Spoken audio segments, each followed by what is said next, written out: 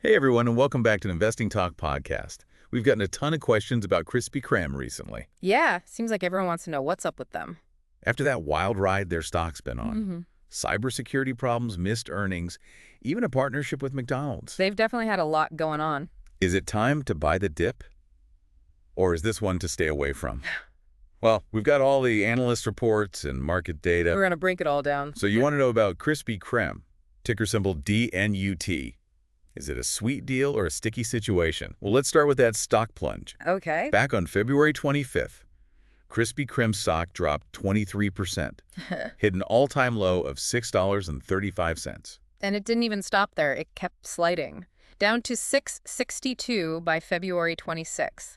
Put that in perspective, that's almost a 60% drop from its high last March. Back then, it was at $17.35. Oof. That's a painful fall for anyone who bought in near the top. So what the heck happened? Why such a dramatic drop? Was it just those missed earnings? Yeah, the missed earnings were a big deal. Krispy Kreme's fourth quarter earnings for 2024 fell short of what analysts were expecting. Like, way short.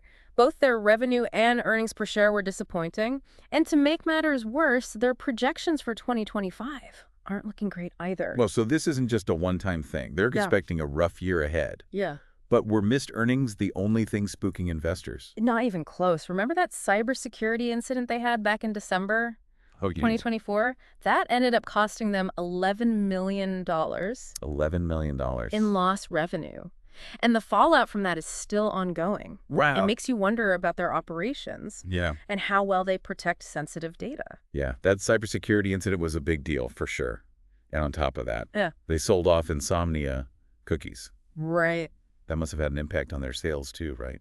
Absolutely. That divestiture definitely played a role in their shrinking revenue. Plus, you can't forget about the bigger economic picture. Inflation is hitting everyone hard. When people start tightening their belts, it's those little treats that go first, you know? Yeah. Like donuts. Yeah, definitely. This isn't just a Krispy Kreme problem. The whole food and beverage sector is struggling. So you've got internal issues, external pressures, and missed financial targets. No wonder investors hit the panic button. But what I find interesting is how analysts are reacting to all of this. Some are super pessimistic, while others are surprisingly optimistic. Yeah, the analyst reactions are all over the place. You've got Morgan Stanley downgrading them to underweight and slashing their price target to just $6. Wow.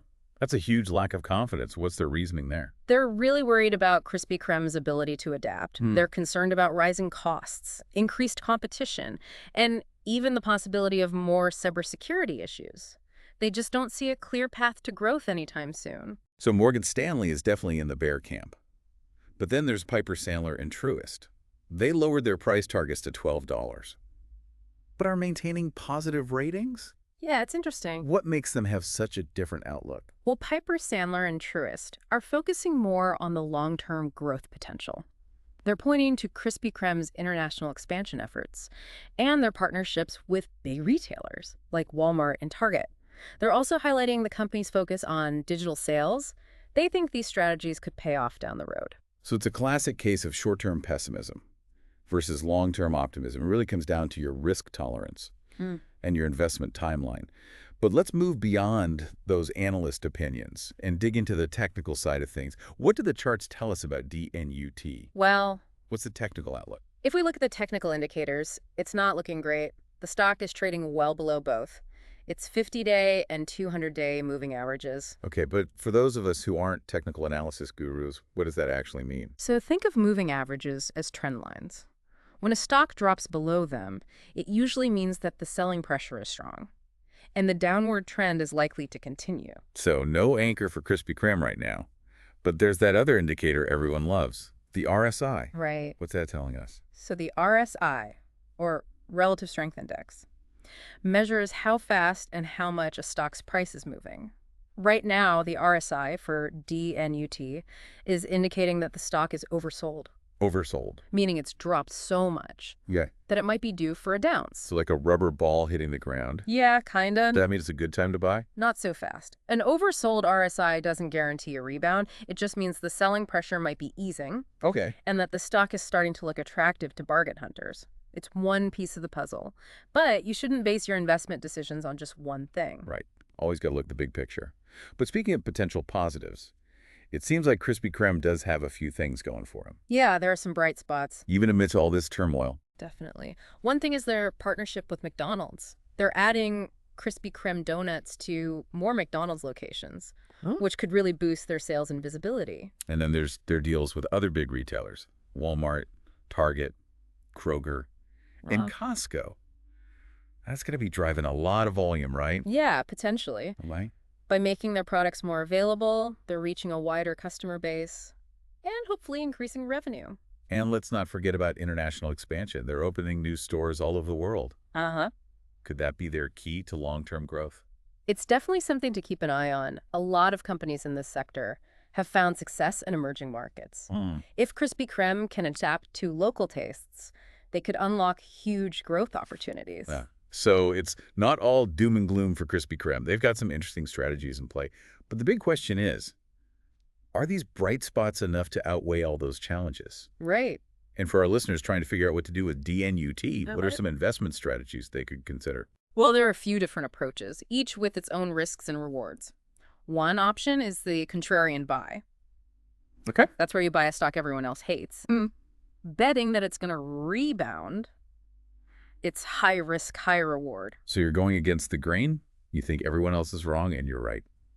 Basically, It takes guts. it does. You need a strong stomach for volatility and high tolerance for risk.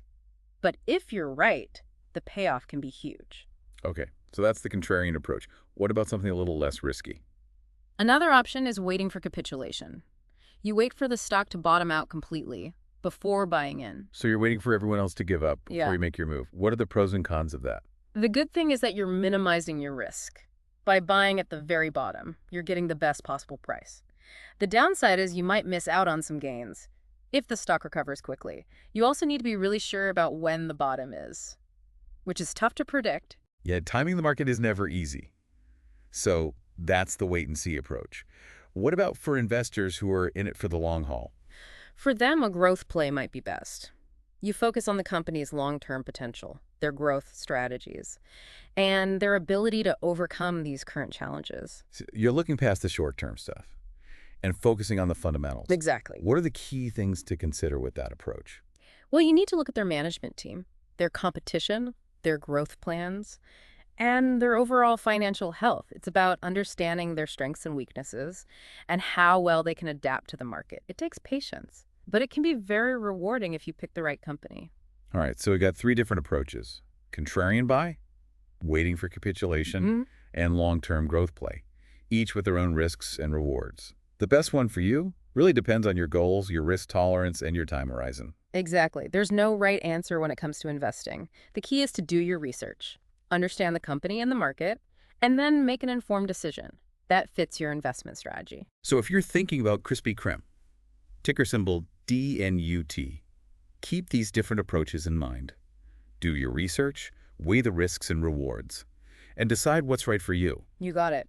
It's important to remember, investing is about more than just numbers. It's about understanding the story behind the company, their vision, their culture, and their potential. You're right. Numbers only tell us so much. You really have to dig deeper, look beyond the headlines, Exactly. and form your own opinion. With Krispy Kreme, you've got this beloved brand with a long history, but you have to consider how they're adapting to a changing market. Yeah. Are they keeping up with trends? Are they innovating? Are they connecting with younger generations? These are all important questions for investors. And speaking of adapting, their digital strategy really stands out to me. They've been putting a lot of money into their online ordering, their rewards program, and their social media. Right. Do you think that's going to be a key part of their growth going forward? I think it could be huge. The way people buy food is changing fast. Companies that can offer a good digital experience are going to have a big advantage.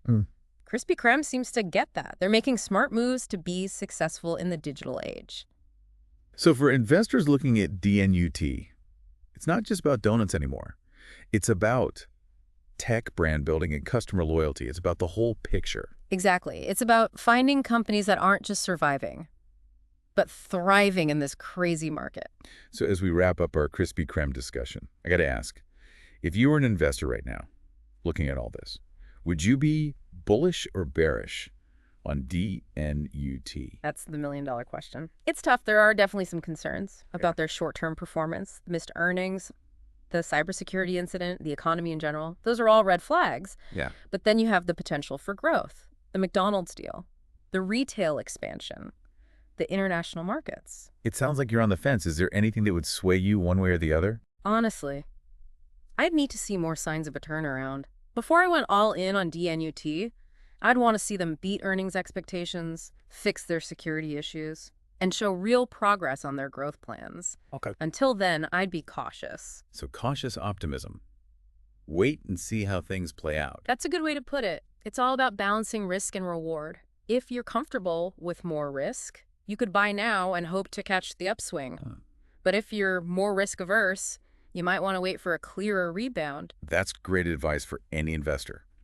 Always do your research. Be aware of the risks.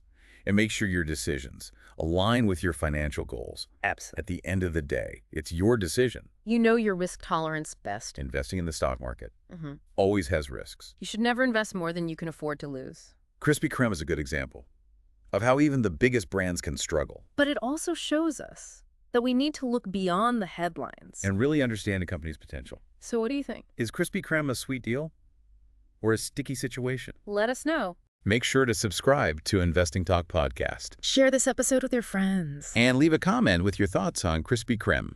Until next time, happy investing.